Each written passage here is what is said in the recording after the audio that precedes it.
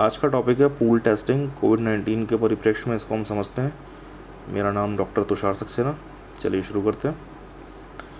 What is pool testing? Pool testing का मतलब होता है, पूल मतलब एक group of, in number of.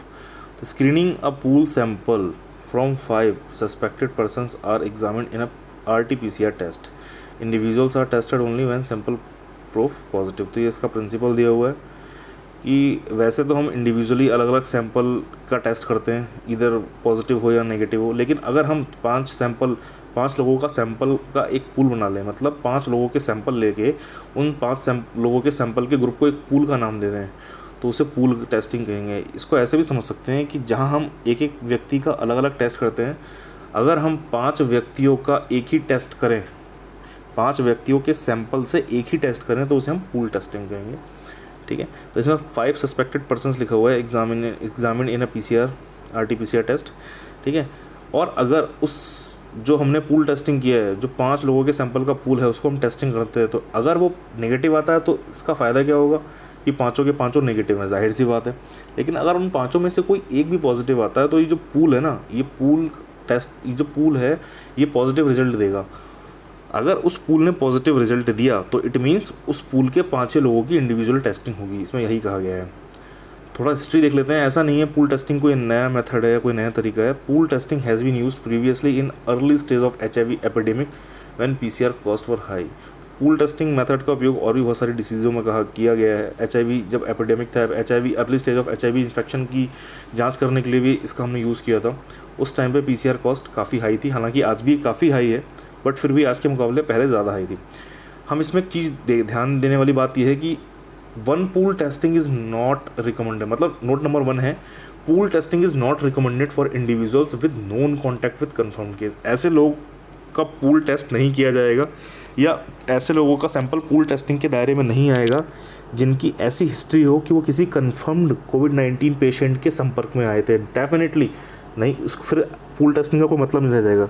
अगर कोई व्यक्ति पॉजिटिव है और उसके संपर्क में कोई व्यक्ति आया है, तो उसका पूल टेस्टिंग करने का कोई मतलब नहीं है, क्योंकि 99.99% चांस है कि वो व्यक्ति उससे संक्रमित हुआ होगा। नंबर 1। नंबर 2, जो हेल्थ केयर वर्कर्स हैं, जो कि कोविड-19 पेशेंट्स के ट्रीटमेंट में लगे हुए हैं, या उनको संभालने में, या उनकी जिम्मेदारी उनको मैनेजमेंट में लगे हुए हैं, ऐसे लोग भी पूल टेस्टिंग के दायरे में नहीं आएंगे। ऐसे लोगों का भी इंडिविजुअल टेस्ट होगा। तो ICMR की कुछ गाइडलाइंस हैं पूल टेस्टिंग के रिलेटेड, थोड़ा देख लेते हैं। ICMR कहता है, ICMR मतलब Indian council of medical research, ये भारत में चिकित्सा विज्ञान की सबसे बड़ी बॉडी है, रेगुलेटरी बॉडी है।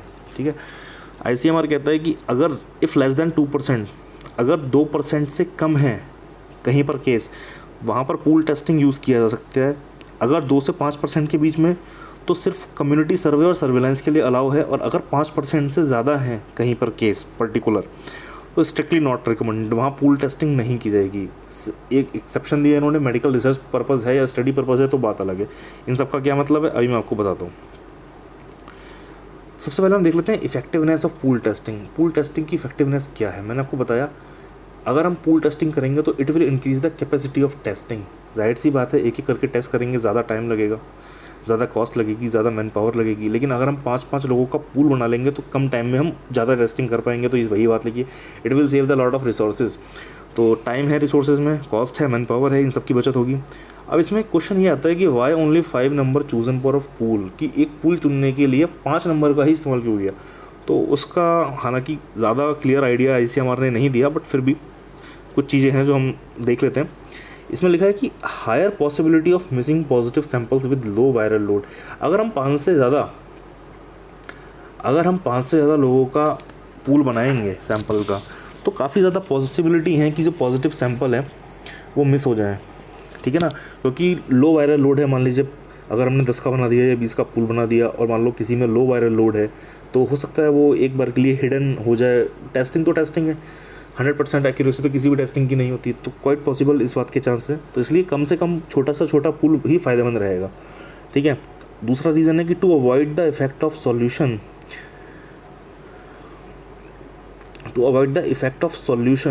Leading to false negative. See solution की जगह इसको डाइल्यूशन पढ़ा जाए, थोड़ा इसमें गलत है। To avoid the effect of dilution leading to false negative, जो डाइल्यूशन हम यूज़ करते हैं, अगर ज़्यादा बड़ा पूल होगा तो डाइल्यूट ज़्यादा हो जाएगा।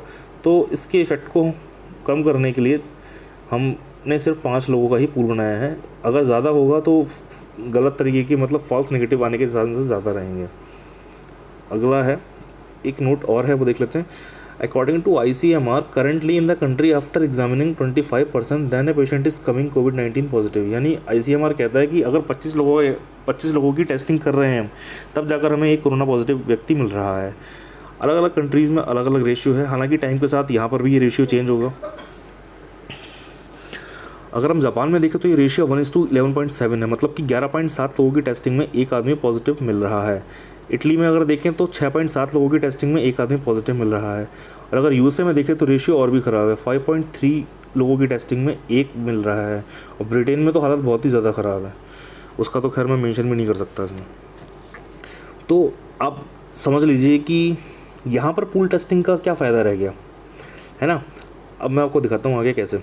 Y it is recommended only in that area where corona case positivity is less than 2%।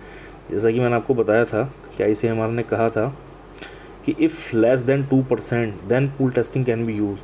तो क्वेश्चन अराइव होता है, why it is recommended only in the area that corona case positive is less. इसके reason ये हैं कि number of sample that can be pooled will be determined by the infection rate. कितने number of sample को हम pool कर सकते हैं, मतलब कितने सैंपल का हम पूल बना सकते हैं, ये डिटरमाइन कौन करेगा, इन्फेक्शन रेट। अब इन्फेक्शन रेट के बेस पे ही हम पूल बनाते हैं, ठीक है ना। तो इन्फेक्शन रेट क्या होता है ज़रा देख लेते हैं। More sample can be pooled with less infection. Infection जितना कम होगा उतने ज़्यादा बड़ा हम सैंपल बना सकते हैं। अगर इन्फेक्शन ज़्यादा होगा, मान लीजिए 10 लोगों में से 9 को इन्फेक्शन है, तो पूल टेस्टिंग का फ़ायदा क्या हुआ। या 10 में से 7 लोगों को इन्फेक्शन है, तो पूल टेस्टिंग का फ़ायदा क्या हुआ। फिर तो सबको अलग अलग टेस्ट करना ही करना पड़ेगा, है ना। अगर मान लीजिए 10 में से 2 लोगों का है पॉजिटिव, 10 में से 2 लोग पॉजिटिव, तो 5 के हम 2 पूल बना लेंगे। एक पूल नेगेटिव आएगा, एक पूल पॉजिटिव आ जाएगा। तो पॉजिटिव आएगा तो उसके हम 5 के इंडिविजुअल कर लेंगे। तो कुल मिला के 7 टेस्ट किए हमने, ठीक है ना। 7 टेस्ट में मालूम पड़ गया, वहाँ हमें यहाँ 10 करने पड़ते हैं। तो इस तरीके से हम देख सकते हैं। इन्फेक्शन रेट क्या होता है, नंबर ऑफ पॉजिटिव केस को अगर हम total number of person tested से डिवाइड कर दें तो हमारे पास इन्फेक्शन रेट आ जाएगा। मतलब हमें कुल कितने पॉजिटिव केस मिले और कितने लोगों की टेस्टिंग की, मतलब 10 लोगों की हमने टेस्टिंग की, ठीक है, और हमें 4 लोग मिले, तो 4 को 10 से डिवाइड कर दीजिए, जो भी आएगा वो इन्फेक्शन रेट होगा।